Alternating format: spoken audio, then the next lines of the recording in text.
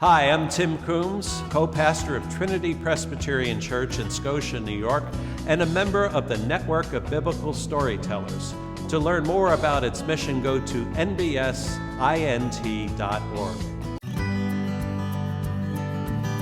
The parable of the Good Samaritan comes in the 10th chapter of the Gospel of Luke. And it begins with a lawyer coming to Jesus asking, "What's the greatest commandment?" And Jesus says, "Well, the greatest commandment is this: love the Lord your God with all your heart, soul, mind, and strength, and to love your neighbor as yourself. These are the greatest commandments." But the lawyer, wanting to justify himself, said, "Well, who's my neighbor?" And Jesus tells him the story. A man was going from Jerusalem to Jericho when he fell among robbers who beat him and stripped him and left him for dead. Now, a priest happened by, and when he saw the man, he walked by on the other side. Likewise, a Levite, when he came through, he saw the man, he too walked by on the other side.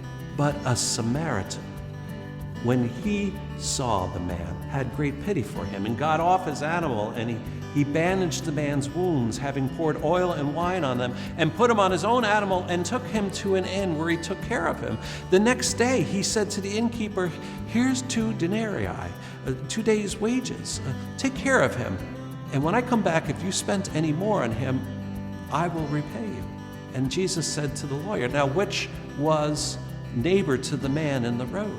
And the lawyer said, "Well, I guess the one who took pity on him." Now, notice the lawyer doesn't say the Samaritan, because the lawyer and many of the Jews didn't like Samaritans.